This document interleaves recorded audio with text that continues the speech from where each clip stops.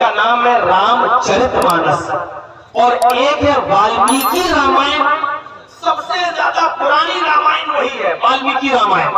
वाल्मीकि रामायण में ये लिखा हुआ है कि जब रावण ने सीता का हरण किया और लेकर गया और हनुमान और लक्ष्मण जब सीता को रावण के चंगुल से बचाकर लाए तो रामचंद्र जी के सामने जब प्रस्तुत कर दिया कि लीजिए हम आपकी पत्नी को ले आए, तो रामचंद्र जी की पत्नी सीता जी ने अपने राम के प्रणाम किया, उनको झुका और पैर छूना चाहा।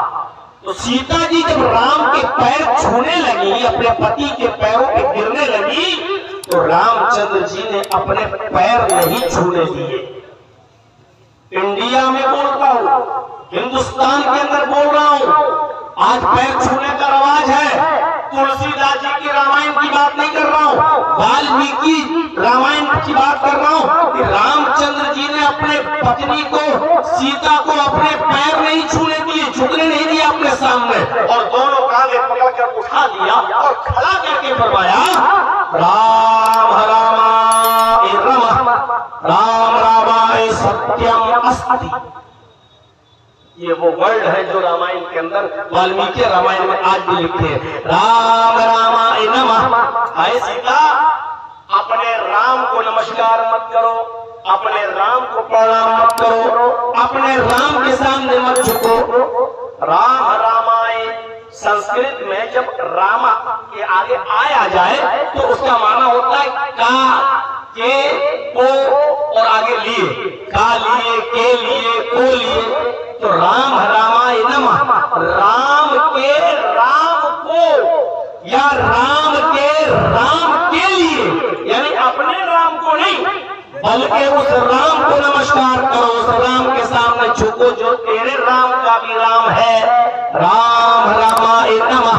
आए सीता, उस राम को प्रणाम करो जो तेरे राम का राम है, यानी उस राम के सामने सर झुकाओ जो तेरे भी राम का राम है। मैं तो तेरा राम हूँ और तेरे राम का राम है ऊपर वाला, उस राम के सामने झुको जो तेरे राम का राम है। इससे पता चलता है कि आज भी ये तालीमात मौजूद है गैर मुस्लिम हमारे हिंदू भाइयों की किताबों में। आज लोग किस किस के सामने अपना सर झुकाते हैं। और वो लोग चंद साहबा अल्लाह के नबी सल्लल्लाहु अलैहि वसल्लम के पास आए और कहने लगे कि अल्लाह के रसूल, मैं हीरा शहर से आ रहा हूँ। हीरा एक शहर है मुल्क शाम का। फरमाया कि मैं हीरा शहर से आ रहा हूँ और मैंने हीरा शहर के अंदर देखा है, हीरा शहर के अंदर मैंने देखा है कि लोग अपने बादशाह के सामने सजदा कर रहे हैं। लोग अपने बादशाह को सजदा कर रहे हैं। अगर वो अपने बादशाह को सजदा करते हैं तो क्या हम अपने नबी को सजदा न करें? हमें इजाजत दीजिए कि हम आपको सजदा करें।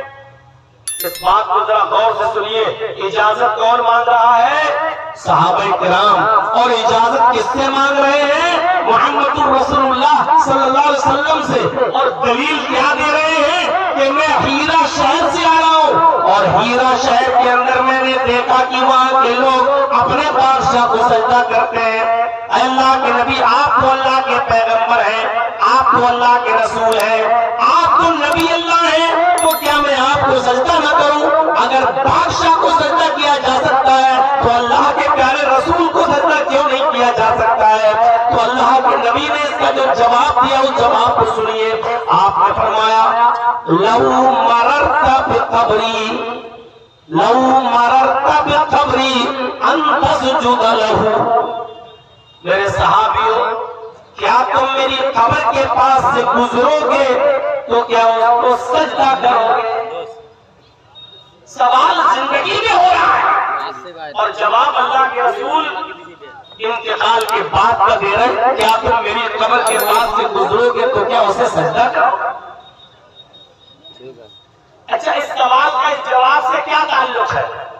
वो ये कह रहे हैं अल्लाह के रसूल, मुल्क शाम के हीरा के बादशाह के सामने सजदा हो रहा है, तो क्या मैं आपको सजदा न करूं? मुझे इजाजत दीजिए मैं आपको सजदा करूं। और अल्लाह के नबी जवाब ये दे रहे हैं, क्या मेरी कब्र के पास से गुजरोगे, यानी अगर मेरा इंतकाल हो जाए और मेरी कब्र बन जाए तो क्या मेरी कब्र के पास से गुजरोगे तो क्या सजदा करोगे उसे? मतलब बिल्कुल साफ है, मैं अपनी जिंदगी में तो तुम्हें रोक लूंगा, अपनी जिंदगी में तो तुम्हें मना कर दूंगा, अपनी जिंदगी में तो मैं तुम्हें सजदा नहीं करने दूंगा अपने लिए, लेकिन इंतकाल के बाद कहीं ऐसा न हो कि तुम मेरी कब्र पे आके सजदा करने लगो, मेरी कब्र पे आके माथा टेकने लगो, मेरी कब्र पे आके सर झुकाने लगो। इसलिए अल्लाह के नबी को अपनी जिंदगी की फिक्र नहीं हुई, अपने इंतकाल के बाद अपनी कब्र की फिक्र हुई।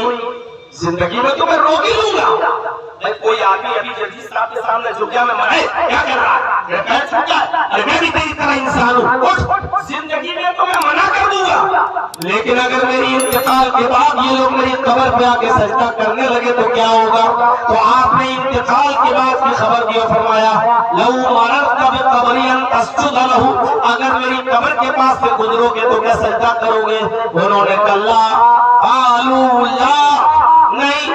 आपने फरमाया फला तफ़अलू, ऐसा करना भी नहीं, ऐसा करना भी नहीं। मेरे भाइयों, जब इंतकाल के बाद जनाबे मुहम्मदुर रसूलुल्लाह सल्लल्लाहु अलैहि वसल्लम की कब्र को सजदा नहीं किया जा सकता और नबी अकरम अपनी जिंदगी में अपनी कब्र को सजदा करने से मना कर गए हो, तो फिर नबी से बढ़कर कौन है? और नबी से ऊंची शख्सियत किसकी है? नबी से बढ़कर किसकी जात है जिसको सजदा किया जा सकता? इस बात